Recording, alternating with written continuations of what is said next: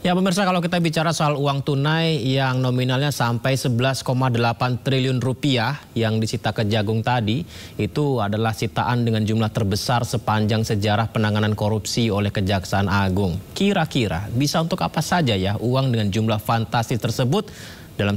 Salah satunya mendukung program pemerintah. Kita simak informasinya.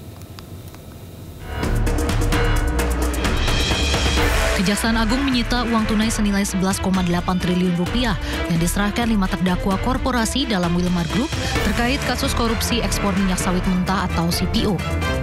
Nilai ini disebut-sebut sebagai yang terbesar dalam sejarah penyitaan barang bukti korupsi di Indonesia.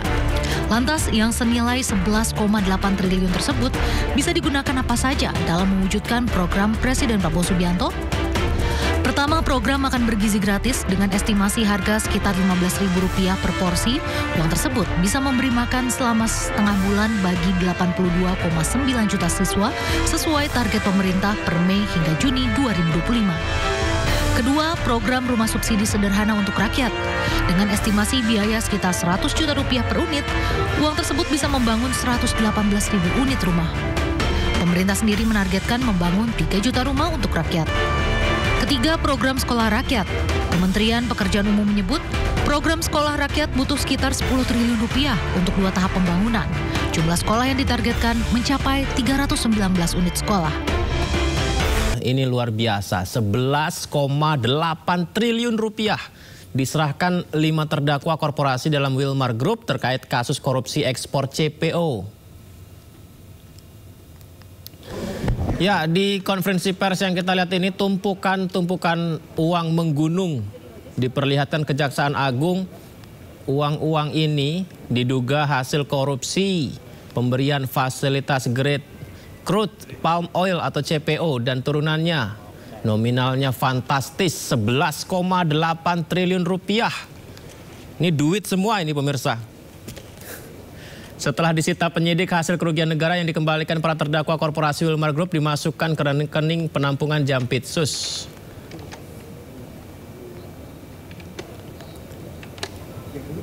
Yang ada di hadapan kita merupakan bentuk pengembalian kerugian keuangan negara yang dilakukan dalam tahap penuntutan, ya.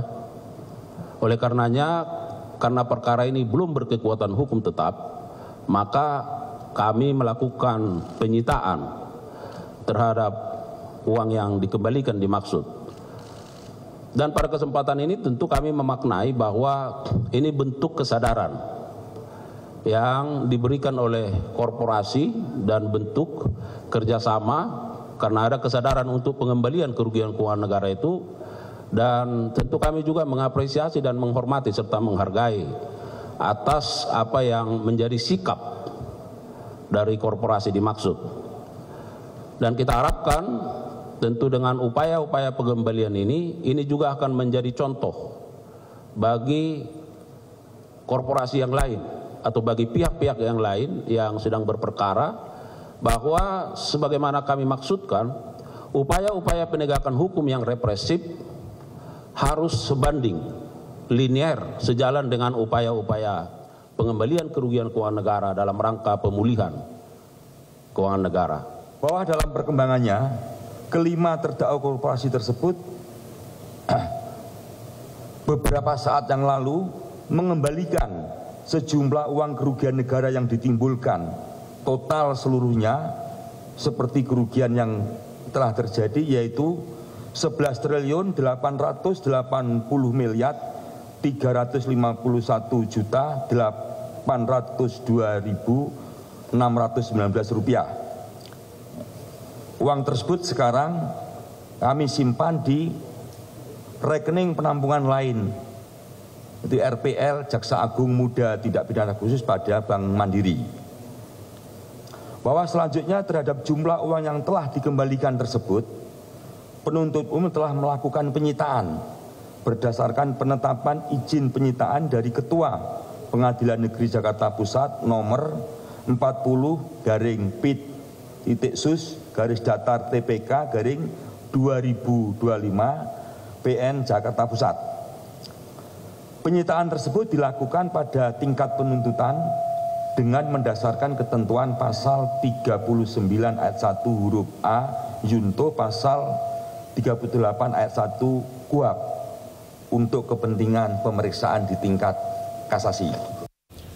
Sementara itu tersangka kasus perintangan penyidikan dan penuntutan kasus ekspor CPO timah dan kasus importasi gula, Marcella Santoso meminta maaf karena telah membuat konten dan narasi negatif terhadap institusi Kejaksaan Agung. Video permintaan maaf Marcella ditayangkan dalam konferensi pers yang digelar Kejaksaan Agung. Dari hati saya yang paling dalam terkait dengan perkara pasal 21, kasus timah, kasus CPO, dan kasus gula, bahwa saya menyadari di dalam proses penanganan perkara ini terdapat postingan yang sebenarnya sama sekali tidak terkait dengan perkara yang ditangani. Antara lain terkait dengan isu kehidupan pribadi Bapak Jaksa Agung, isu Pak Jampitsus, isu Bapak Dirdik, dan bahkan terdapat juga isu pemerintahan Bapak Presiden Prabowo seperti petisi RUU TNI dan juga Indonesia Gelap. Untuk itu dari hati yang paling dalam saya sampaikan penyesalan dan saya meminta maaf kepada bapak-bapak dan mungkin pihak lain yang terkait dan terdampak.